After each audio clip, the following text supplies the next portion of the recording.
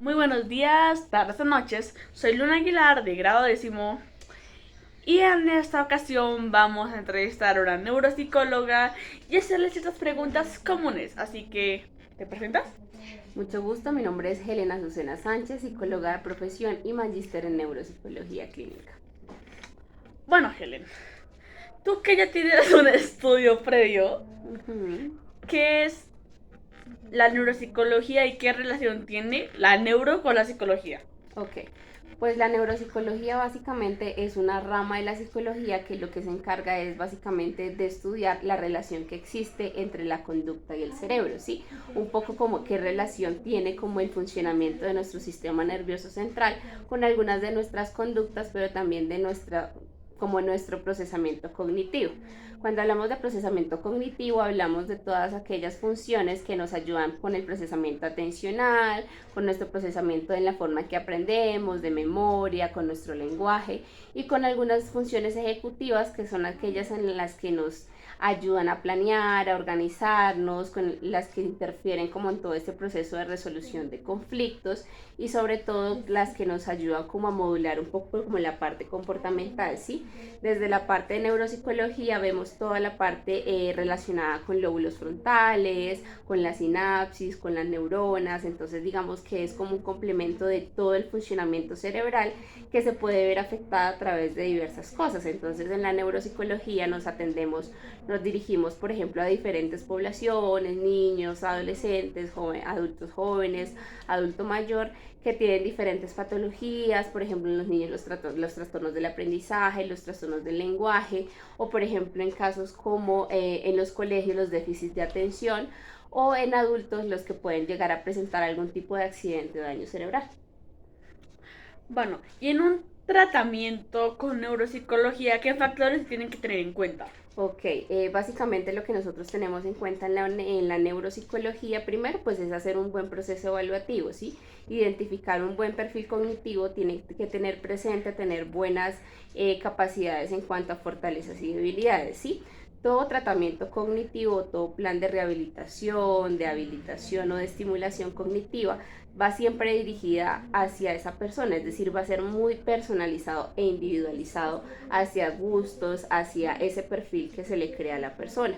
Entonces, por esto primero es muy importante, como nosotros ya hemos venido hablando, la motivación que tenga el paciente a ese proceso, ¿sí? De cómo se vincula, de cómo está motivado a realmente tener unas metas a corto y a largo plazo, pues como para tener algo en común y para poder dirigirse hacia ese objetivo. Y también es muy importante el compromiso, la motivación y todo lo que esté relacionado pues como con este ámbito para poder tener un buen proceso pues en la que se puede hacer muy equitativo en las que ambas partes trabajen, ¿no? Y bueno, ¿tú qué se espera al terminar el proceso y cómo ese proceso nos puede ayudar en nuestra vida diaria? Claro, la mayoría de procesos que se inician se establecen ciertos objetivos que sean muy realistas y estos objetivos usualmente van dirigidos hacia la independencia total de la persona, ¿sí? O hacia la funcionalidad. Entonces, lo que yo te comentaba, lo que siempre te he venido comentando es que las actividades siempre van dirigidas hacia actividades que nos sucedan o que le sucedan al paciente en la vida real, ¿sí?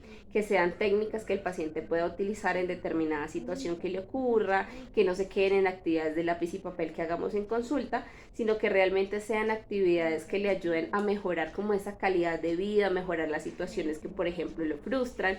Algo de lo que yo te hablaba es como por ejemplo tener, si practicamos en consulta alguna técnica de relajación, si practicamos en consulta alguna técnica de concentración, que en realidad esta técnica la puedas practicar tú en tus momentos de clase, que sientas que estás distraída, entonces la practiques y realmente te funciona.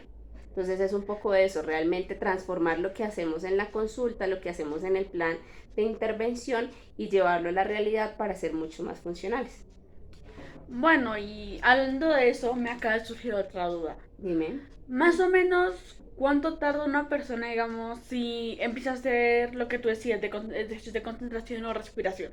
Ok, ¿Cuánto tardaría la persona en poder empezar a practicar su vida diaria? Porque supongo que es un hábito difícil de crear.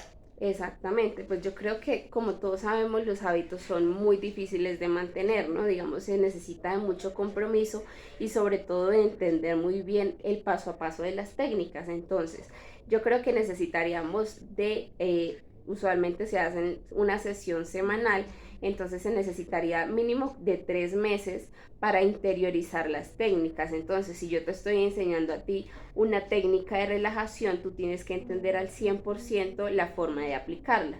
Porque claro, yo te la enseño aquí, pero de pronto a la hora de tú aplicarla puede que se te olviden algunos pasos. Entonces necesitamos de mucha repetición hasta que realmente se vuelva un hábito para que tú al momento de aplicarla ya te sepas todos los pasos como si fuera una rutina para ti, ¿sí?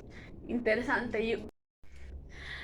Así que con esto damos por terminada la entrevista a Helen, neuropsicóloga.